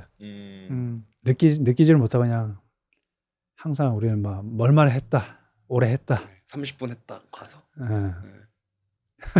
그래서 아까 선생님 말씀하신 운동도 마찬가지잖아요. 이런 인지적인 게 아니고 reps 12회 100kg 했다. 1RM 뭐나 130kg 했다. 그게 뭐 이게 또 조금 브로드하게 가긴 하는 건데 비교 사회기 때문에 그런 거에 더 집중하는 것 같기도 해요. 왜냐면은 인지는 비교를 할 수 없잖아요. 선생님이 느끼는 거랑 내가 느끼는 건 다르기 때문에. 그리고 이거를 뭔가 설령 뭐 선생님 뭐 누가 더 잘 느낀다고 해도 이걸 뭐 어떻게 수치화할 수도 없는 건데. 근데 나는 30분 만에 이걸 뛰었다. 이걸 120kg밖에 했다. 이런 거는 숫자적인 어떤 팩트이기 때문에 자랑하기도 좋고 이래서 조금 그런 거에 더 집착하는 것 같기도 해요. 그쵸. 피할 수 없죠. 그 부분은 보여지는 사회, 뷰티, 몸짱, 수축. 그거가 너무 중요한 사회가 돼버렸으니까 인스타그램 뭐 아시잖아요. 이렇게 막 그걸로만 엄청나게 투자를 하는 사람도 많고. 그러니까 점점 진짜는 더 찾기가 어려워지는 거고 모든 글로벌한 것 같아요. 어디를 가나 미국도 맞습니다, 그런 거 같고 이 트렌드는 진짜를 찾기가 어렵고 정보는 너무 많은데 이게 진짜인지 아닌지 구분을 하기가 너무 어려운 세상이 됐어요. 너무 어려워요. 맞아요. 맞아요. 거의 뭐 AI 이런 것처럼 이게 보는 게 진짜인지 가짜인지 수준으로 가니까. 이제 한국에도 이제 이런 좀 운동 전문가 뭐 하여튼 어떤 나름의 이런 쪽을 하는 분들이 잘 하시는 분들이 많은데 그 이렇게 대부분 보면은 우리는 어쨌든 간에 이제 외국에서 어떤 건너오는 것들이 많잖아요. 학문이 다 건너서 미국이나 일본이나 어떤 건너서 배우게 되고 그래서 이제 새로운 걸 접하게 되는데 저 같은 경우는 이제 그런 그 당시 그러니까 미국에서 예를 들어 뭐 2010년에 어떤 운동의 어떤 중요한 그런 것들이 있었어요. 그럼 그 동시대에 제가 이제 그걸 알게 되니까 저도 발에 대해서 제가 이제 제 스스로가 많이 아팠다. 허리가 아프고 이제 내가 아픈 사람은 내가 아픈데 내가 아픈 사람 치료하고 있는 경우가 많았었어요. 내가 허리 아픈데 나도 허리 아픈 사람 치료하고 있고 내 문제점을 내가 못 찾아내 내가 못 고치는데 그러다가 발의 중요성을 어떤 사람이 이야기하는 걸 듣고 책을 사서 보고 그 동시대 때 그거를 하기 시작한 거예요. 근데 보면은 가만히 보면 한 5년에서 10년 뒤에 보면 그게 우리나라에 이제 조금씩 들어와요. 맞아요. 그 트렌드라는 게 벌써 이제 나는 이미 오랫동안 하고 있었는데 이미 나는 다 정립이 되어 있는데 이제 누군가 새로운 사람이 이걸 꼭 자기가 새로 한 것처럼 막 가져와요. 근데 이제 그런 것들이 좀 이 뭔가가 좀 우리는 아무래도 내가 다 해야 돼. 그런 거는 좀 어쩔 수는 없는 부분인데 서로가 이게 좀 터놓고 오픈하면서 이야기를 하기는 어려운 것 같아요. 이 어떤 돈하고 연관돼 있고 내가 저를 먼저 가져와서 하지 않으면은 안 되고 내가 더 세력을 키워서 내가 더 이게 더 그러니까 그런 부분도 제가 좀 선입관일 수도 있긴 한데 좀 아쉬운 부분이 있어요. 서로가 좀 좋은 부분을 이렇게 터놓고 이야기하고 진짜 이런 것들을 뭐 TV에 KBS 어떤 뭐 그런 뭐 생로병사라든 그런 거 보면 트레이너 운동 전문가들 나온단 말이에요. 그럴 때 보면은 제일 답답한 게 아직도 그런 쌍팔년도 옛날 거 그냥 그런 것들을 까지는 아니지만 하여튼 좀 너무 진부한 내용들을 막 가지고 이야기를 하고 운동에서 봤을 때 그러니까 그런 것들을 더 좋은 방법들이 있는데 뭐 아직까지 이제 그게 제대로 안 알려지는 거죠. 근데 그거를 어쨌든 진부한 그런 내용을 말하는 사람들이 이런 정보를 가지고 있는데 의도적으로 그렇게 말을 안 하는 거예요? 아니면 진짜 정보가 없기 때문에 말을 안 하는 거예요? 사람마다 두 가지가 다르겠지만. 다 존재한다고 저는 생각해요. 음, 이 보면은 자기는 알고 있는데 네. 풀어놓지 않는 사람도 있고요. 이거 명확하게 안 풀어놓는 사람도 있어요. 카페에 갈까봐. 근데 그 카피 한다는 게 결국에는 미국이나 뭐 이런 데서는 이미 다 정립이 되고 이미 다 알고 책으로 있죠. 다 나와 있는 건데 예. 인터넷 시대에 예. 예. 정보를 숨길 수는 없어요. 그니까요. 다 이제 아는데 그거에 대해서 좀 그 문화한 것 같아. 우리는 좀 같은 운동을 하고 같은 어떤 이 분야에 있으면 서로가 이야기를 할 수 있는 것들이 많은데 좀 공개를 잘 하지 않는 문화. 뺏길 수 있다라는 거. 내가 오픈을 하면은 특히 이제 뭐 이런 수기 쪽 하는 마사지 쪽 뭐 이런 쪽은 더 심하고.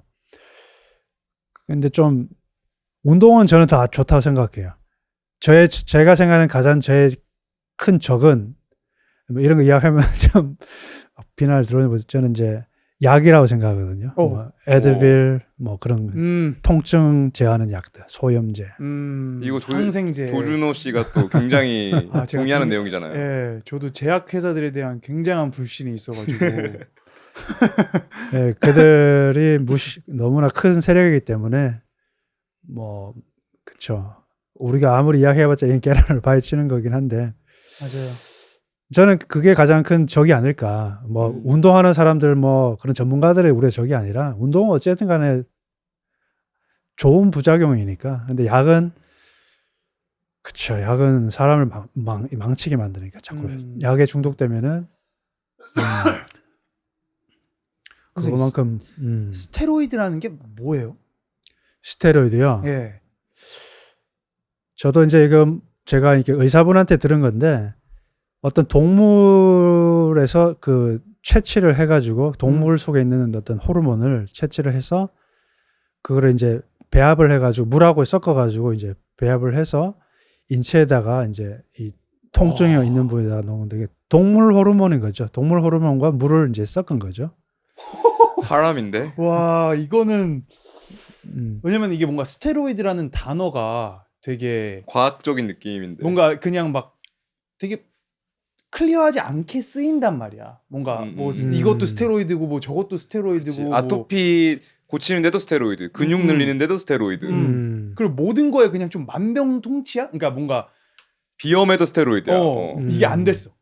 그러면은 일단 스테로이드 써. 뭔가 모든 거에 치트키 같다라는 느낌을 항상 받는데 되게 다 거의 모든 사람들이 스테로이드라는 게 뭔지 정확히 이해를 못 하고 있는 것 같다라는 느낌을 받아가지고 그 제조하는 방식이 아마 그럴 거예요. 그 정확하게 어떤 동물 뭐 이게 그 뭐지 실험용 동물인지 아니면 뭐 어떤 거는 잘 모르겠지만은 분명히 이제 동물에서 채취를 해가지고 배합을 해서 어떤 뭐 이게 막 실험실에서 막 그걸 막 만들 거 아니에요. 조절을 해가지고.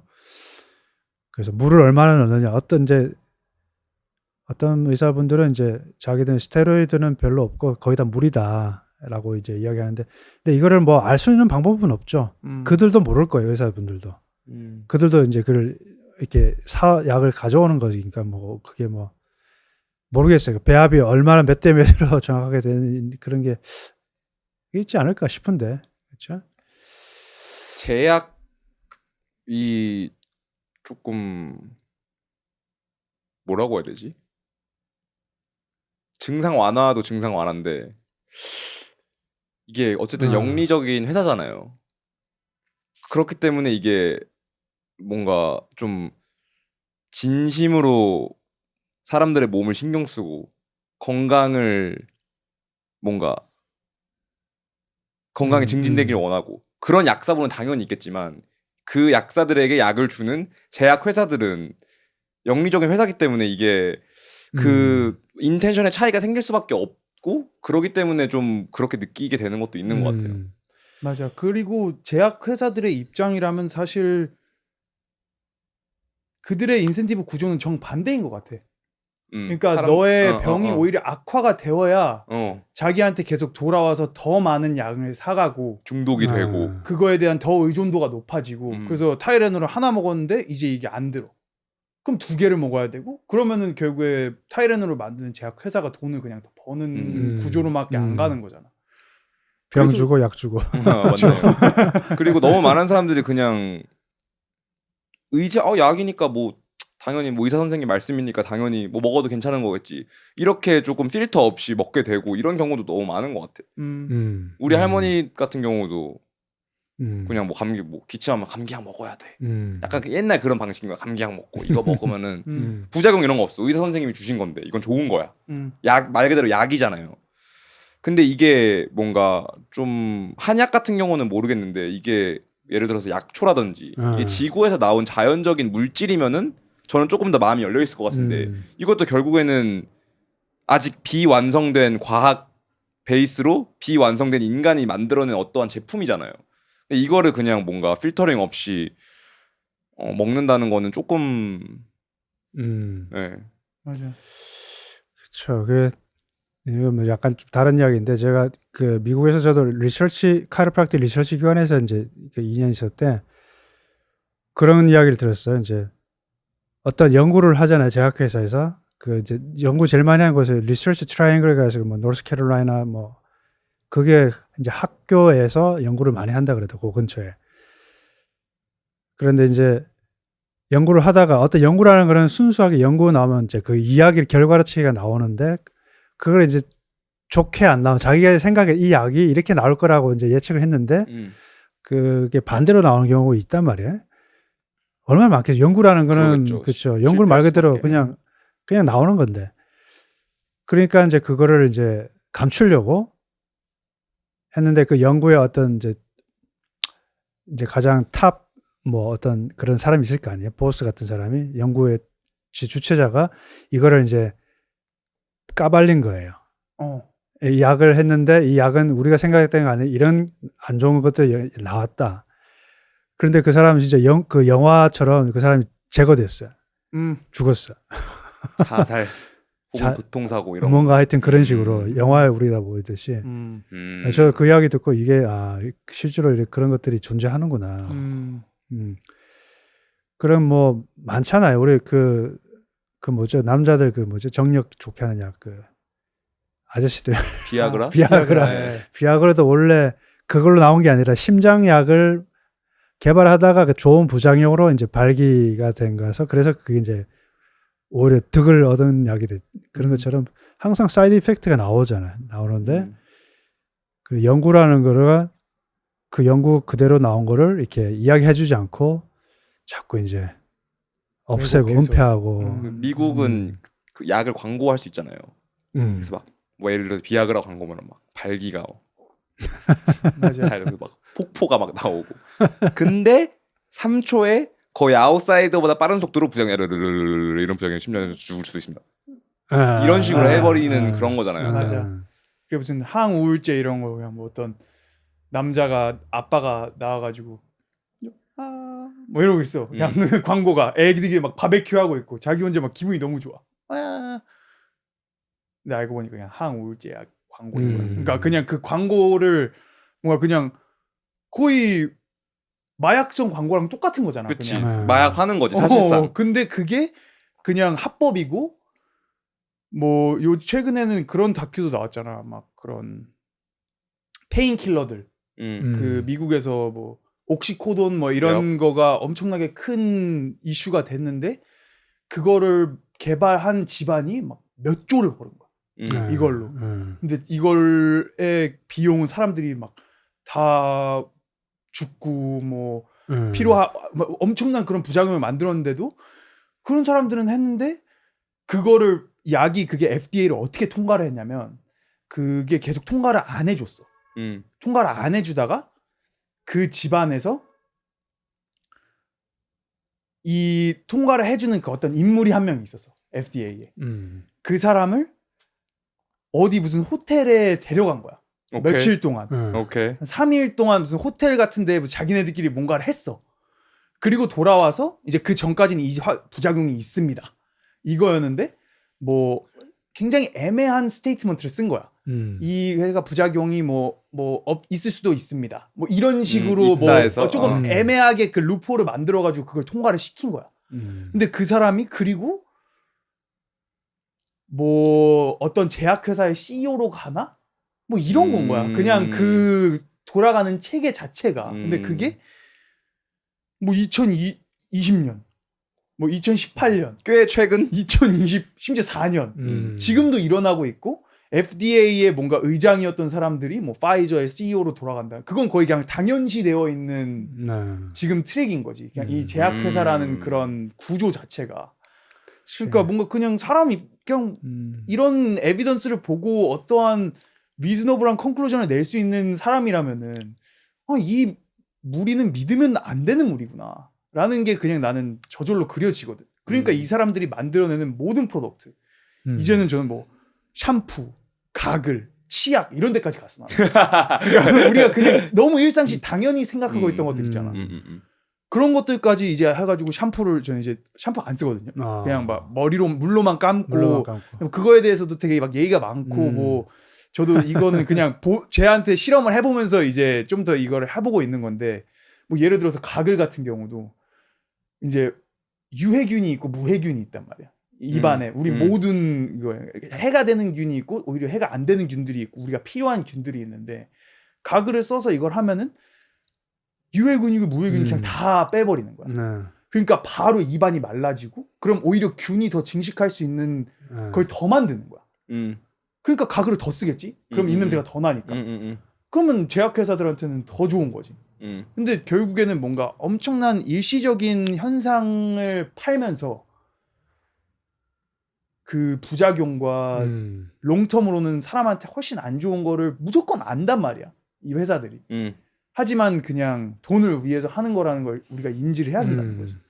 그리고 선생님이 말씀하셨던 것처럼 갑자기 어떤 연유의 일로 제거가 된다든지 호텔 방에서 미팅을 한 이유로 통과가 된다든지 이런 게 한두 개가 아닐 거라고 생각합니다. 저는 맞아요. 엄청 많을 거예요. 하다 보면은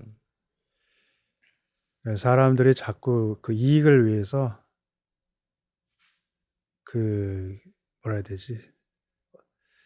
그냥 미쳐 있는 것 같아.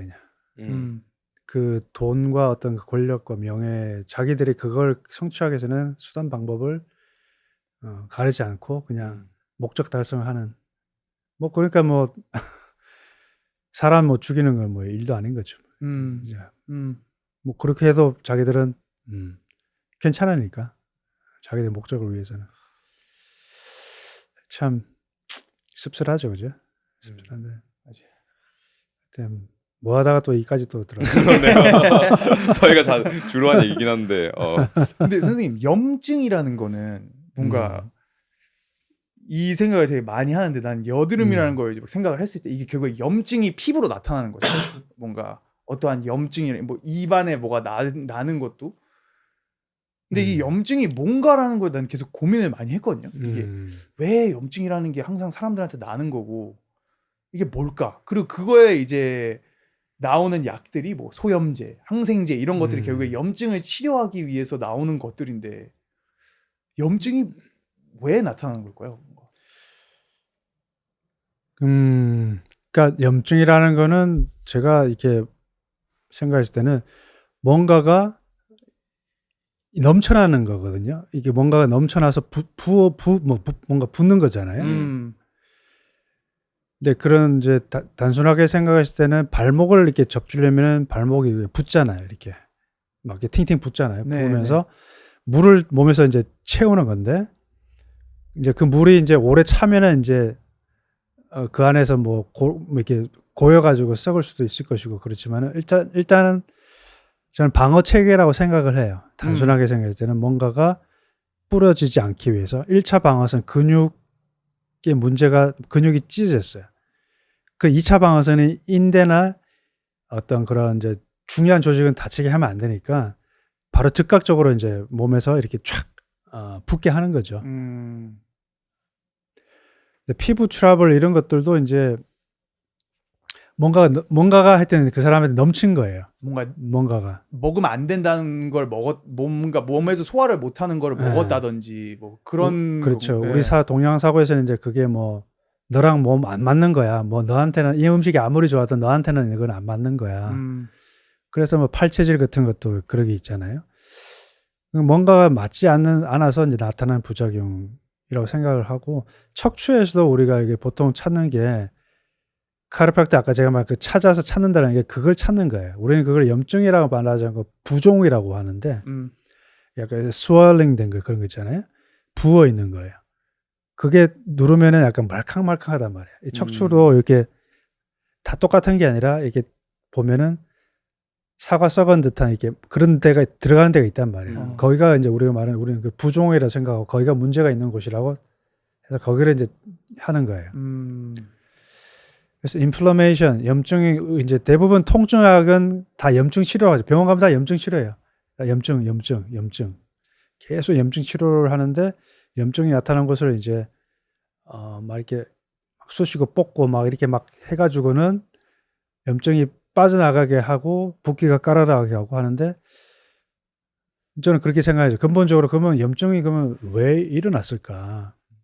일어난 데를 막 하는 게 아니라 일어난 원인을 찾으면은 그러니까 약간 이제 이것도 이제 카이로프랙틱적으로는 약을 주는 게 아니라 염증이라는 데를 내가 땅 하면 스스로 좋아지면은 지가 알아서 염증을 깔아앉는다는 거예요.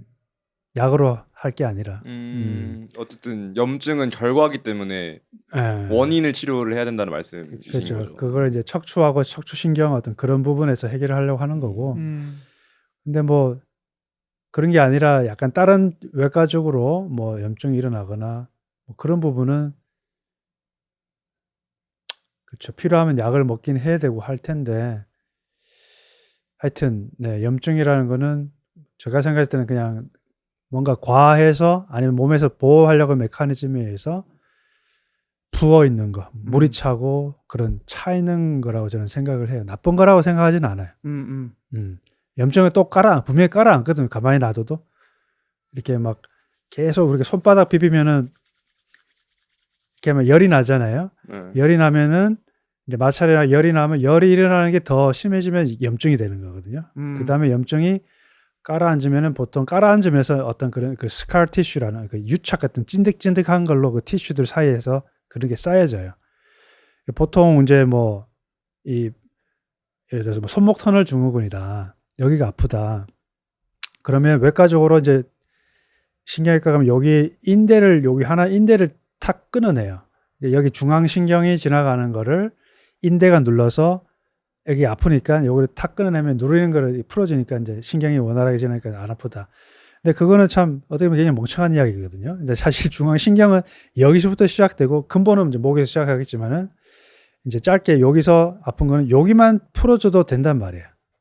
여기서 중앙신경이 또 눌려지는 지점들이 있는데 여기가 아프다고 여기만 끊어내는 게 아니라 근원적인 여기를 잘 찾아서 그 근육을 좀 아까 말한 그 어떤 유착들 근육의 찐득찐득한 거를 들러붙어서 신경이 지나가지 못하도록 이렇게 딱 트랩 걸어버리는 거죠. 그런 거를 근육을 잘만 풀어주면은 여기가 물고 트면 여기는 좋아진단 말이죠. 음. 그러니까 어떤 그런 또 맨날 하다가 보면 또 무슨 이야기를 하다가 일로 와. 염증. 맞아. 염증. 그러니까 통증, 뭐 염증 그런 부분을 실제로 이제 피부는 제가 또 전문 쪽은 아니니까 이런 재랑 관련된 것을 봤을 때는 아픈 데만 문제가 있는 건 아니라는 사실이에요. 팔꿈치가 아프다고 엘보 여기 이제 주변에 보면 이렇게 충격파 놓고 뭐 주사 놓고 한단 말이에요. 근데 그게 아니라 이 줄기, 이 팔꿈치에 연결된 근육의 줄기들을 뭔가 여기를 잘 찾아서 고기를 잘 풀어주면은 여기 근육이 붙어 있는 이제 뼈, 그러니까 근육 힘줄 뼈란 말이에요. 종아리 근육, 아킬레스 힘줄, 그다음에 뒤꿈치 뼈. 항상 근육이 뼈에 직접 못 붙기 때문에 힘줄로 바뀌어서 붙어요.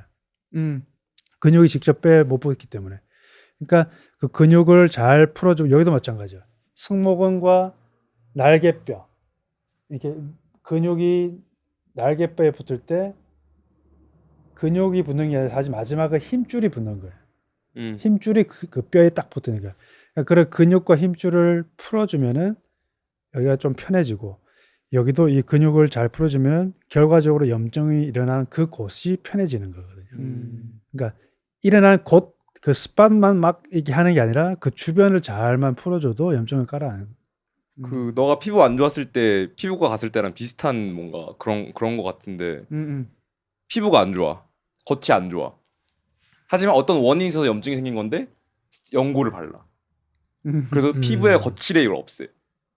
그리고 뭐 효과가 조금 있겠죠. 근데 또 나. 왜냐면은 어떠한 이 염증이 생긴 작용 기제를 해결한 게 아니기 때문에.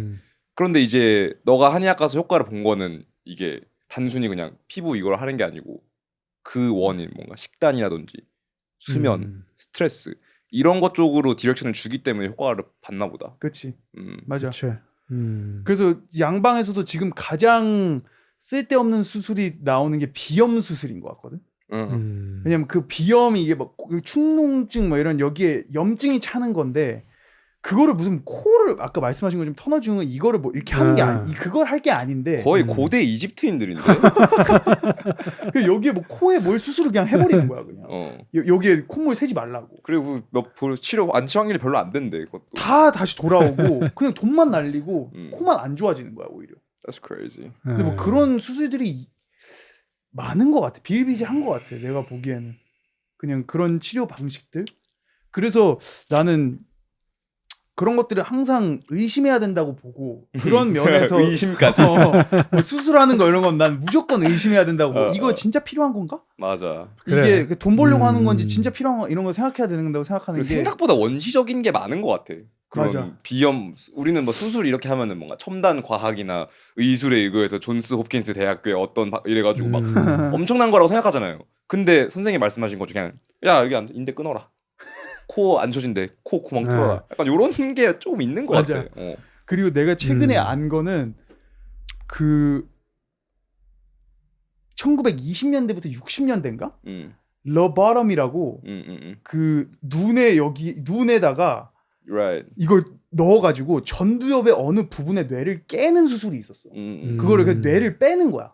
전두엽을 뜯어내. 왜냐면 그 정신 질환을 뭐 그러면 큐어를 한다. 뭐 우울증 뭐 어떤 여자들이 막 뭐 성적으로 문란하다. 뭐 이러면은 20년대부터 60년대까지는 눈 안에 이걸 넣어가지고 전두엽을 깨가지고 그걸 빼는 수술을 했던 거야. 그래 맞아. 그렇게 하면은 뇌가 뭐 좋아질 거다. 그래서 그 수술을 계속했어. 근데 하면서도 계속 사람들이 막 하고 나면 다 마탱이가 가가지고 뭐 정신 못 느껴. 뭐 뭘 못 느낀다거나 그냥 정신이 없는 거야 사람들이. 근데도 그거를 뭐 의사들이 뭐 했으니까 맞다. 그치. 해가지고 60년대까지 그걸 계속하다가 이게 너무 환자들이 너무 많으니까 60년대쯤에 의사들이 이거 하면 안 된다. 이 40년이 걸렸어. 그거를 코렉트 하는 데까지가 그때까지의 피해자들이 계속 나온 거야. 아이들 막 감기약도 옛날 재료 보면 막 코데인 뭐 이런 거 맞아. 지금으로 생각하면은 그런 약물들이 엄청 들어가 있고 그래서 지금 되게 전 좀 웃긴 것 같아요. 뭔가 야 뭐 한의학 이런 아니면은 뭐 가이로프랙틱 이런 거는 그건 과학적으로 증명되지 않았으니까 틀린 거야라고 하는데 그 과학이 과학적일까? 불과 몇십 년까지만 해도 그런 수술이 있었고 그렇죠. 지금 50년 지금 100년 뒤에 지금 우리가 하고 있는 메디시널 프랙티스 중에 틀린 게 얼마나 많을 텐데 맞아. 그래서 그런 거에 예. 대한 좀 겸손함이 필요할 것 같네요. 맞아요. 맞아. 결국에 의학이라는 것도 이제 그게 경험이잖아요. 경험이 쌓이면서 그게 이제 쌓이면서 점점 그들도 이게 맞구나 아닌가를 판단하게 한 3, 4세대가 흘러가야지 알 수 있는 것처럼 그러니까 먼저 걔들이 그런 걸 시작을 했으니까 역사가 오래되니까 더 오래된 것뿐이지 정설이라는 건 없는 것 같아요. 저도 그렇게 생각합니다. 그게 어느 정도 이제 시기가 흘러가 정말 이게 정확하게 프로시저가 딱 되면은 오히려 수술 같은 게 더 그래서 정확한 거예요. 오히려 수술은 옛날부터 해왔던 그 어떤 뭐 예를 들어서 여기 스파인에다가 막 이렇게 나사 같은 거 받고 이렇게 하는 거 있잖아요. 스크루 돌려가지고 사실 그런 거는 오히려 더 정형화되고 더 스탠다드한 거고 시술 같은 경우는 그렇지 않다라는 거예요.